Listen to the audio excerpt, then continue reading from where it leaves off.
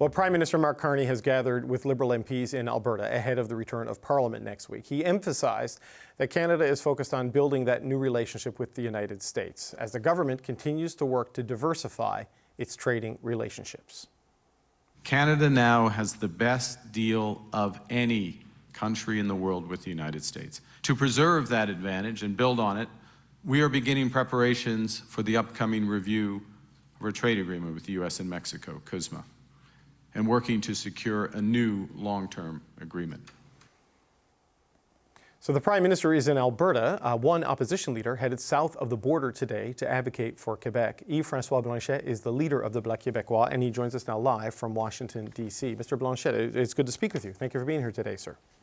It's a pleasure. What brings the leader of the Bloc Québécois to Washington, D.C.? What is your message that you're delivering to U.S. representatives there? Many reasons bring me here. First, I do not believe that the Canadian government speaks for the differences in Quebec economy and Quebec identity to the United States. I've been doing that for a few years. It's my third time in Washington, third time in the State Department, third time meeting with the United States trade representative. But this time it's a bit different because now there's the challenge about tariffs and trade. And the last thing I expected from the Prime Minister of Canada was to be words and words.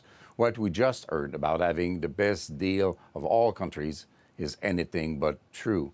5% in average on our export to United States, which is 80% of Canadian export, is a lot of money, and it is much more than 15% on the exports from France or United Kingdom or Germany. So this is not true, and there's no negotiations going on. There are what they call discussions. Right. Mr. Leblanc or Mrs. Annan or Mr. Blanchet come here once in a while and chat with people here, Mr. Green or Mr. The trade representative, the trade secretary, Commerce Secretary of the United States, and come back and say, we are discussing, but what we hear is that the Prime Minister should be leading that, and instead is working on some projects that will not make a difference in Canadian or Quebec economy for much longer than the time during which Mr. Trump will still be in office. So something is wrong. The results are not there, and I felt that somebody had to at least try to understand the American point of view and express what we are, what are our common interests, mainly in my case, in the case of Quebec. No, I take your point that even if the tariff rate on Canada is lower than the European tariff rate, so much of our economy is exposed to that tariff rate. The hit of it is just, it is far more damaging than what France or the United Kingdom would be dealing with. But I'm wondering, you said you met with the trade representative. You met with Jameson Greer? Did you meet with it? Like, what are they telling you about how they see things from their perspective in terms of their willingness to adapt their policy? Because they've inflicted this damage. What are they telling you about their intentions? We just arrived. We met with the Board of Trade for Canada, United States Board of Trade so far, and we've been in short meetings with members of Congress, but those meetings will be held in the coming days. But what we hear so far is better than what I expected. People recognizing the fact that tariffs hurt both economies. And I've been repeating for some time that this is an intimidating strategy which is bad for everybody. If the President of the United States, and I said that right after he got elected, feels that the trade agreement that we have now is not fair for the United States, he is entitled to say, I want to change it. But he does not have to harm his own economy or Quebec economy or Canada's economy with tariffs which are very bad for everybody. And this has to be conveyed. And I want them to know the difference between Canadian economy. We don't have oil and gas in Quebec, but we have clean energy, we have clean electricity. We are the main, and by far the main provider of aluminum in the American market. We are the powerhouse of aeronautics in Canada. We have a different economy, and this has to be heard and recognized. But most important still, instead of trying to flex muscles that we do not have in front of this giant, which is the first military power in the world, the first and the most important economic power in the world, which is our neighbor, to which we export 80% of what we do export, we have to try to understand. I'm not the guy that will agree with Mr. Trump on so many issues, but we have to understand who we are dealing with.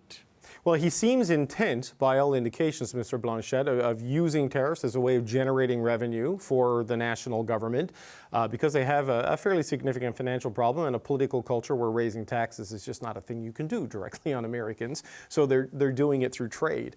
So I just wonder, given that, you know, in the election, there was all this talk that Canada was being targeted because we weren't doing this on fentanyl, we weren't doing this on the border, and we were kind of being singled out. But now he's just slapping tariffs on everybody. I mean, do you think there is an argument that anybody can make to get this president to get off this strategy of using tariffs? I believe that so far he has felt that his strategy was working. But I'm starting to see when I speak to people here that people in the streets in the United States and workers in the United States and businesses in the United States are beginning to hurt seriously because of those tariffs.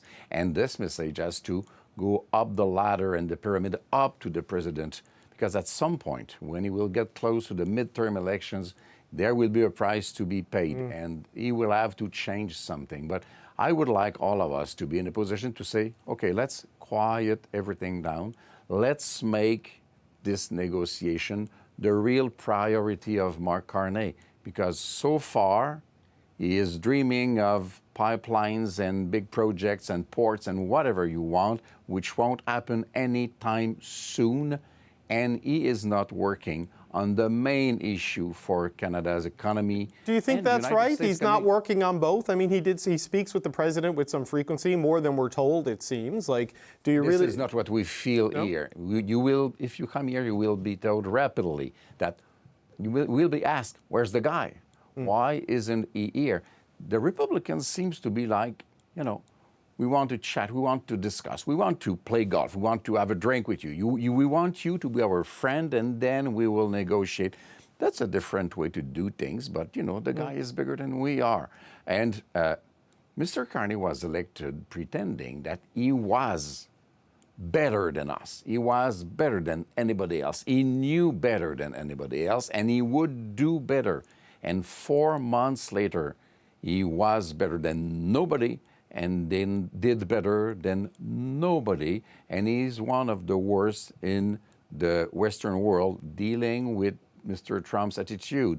And we're supposed to be the closest neighbor and friend to the United States. I'm not saying that Mr. Trump is perfect.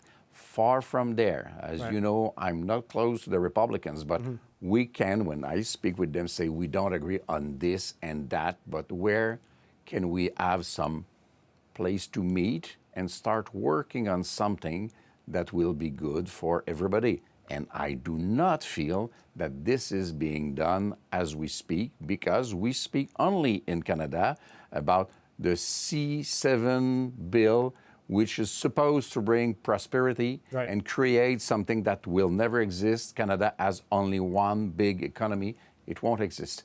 So let's concentrate on the real important issues. Well, Yves-François Blanchet, we appreciate your time. And if the Bloc Quebecois leader can go to Washington and end the trade war, that will be quite the story. And we'll have you back on if you do. But thank you for joining us today, sir. We appreciate you. It's been a pleasure, as always. Thank you, sir.